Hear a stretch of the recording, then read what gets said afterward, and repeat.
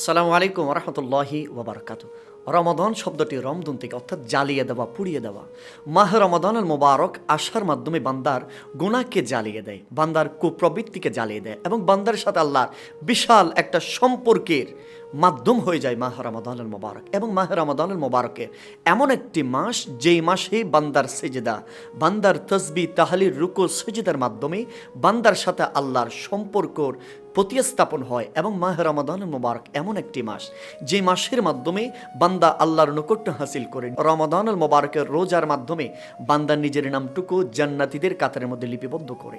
এবং মাহ রমাদানুল মোবারক এমন একটি মাস যে মাস আসলে ইমানদারের হৃদয়ে আনন্দের হিল্লোল বয়ে যায়, যে মাস আসলে বান্দার সাথে আল্লাহর কানেক্ট হয়ে যায়, যে মাস আসলে মানুষ নামাজ, কালাম, তসবি, তাহলিল, রুকু, সজিদা, কোরআন তেলাওয়াতের মাধ্যমে, জিকির ফিকিরের মাধ্যমে বান্দার দৈনন্দিন জীবন, সামাজিক জীবন, রাষ্ট্রীয় জীবন, প্রতিটা ক্ষেত্রে, প্রতিটা মুহূর্তে, প্রতিটা সেকেন্ডে বান্দা চায় যেন আল্লাহর নৈকট্য হাসিল করি। মাহ রমাদানুল মোবারক এই মেসেজ, এই বার্তা নিয়ে আমাদের কাছে আসে।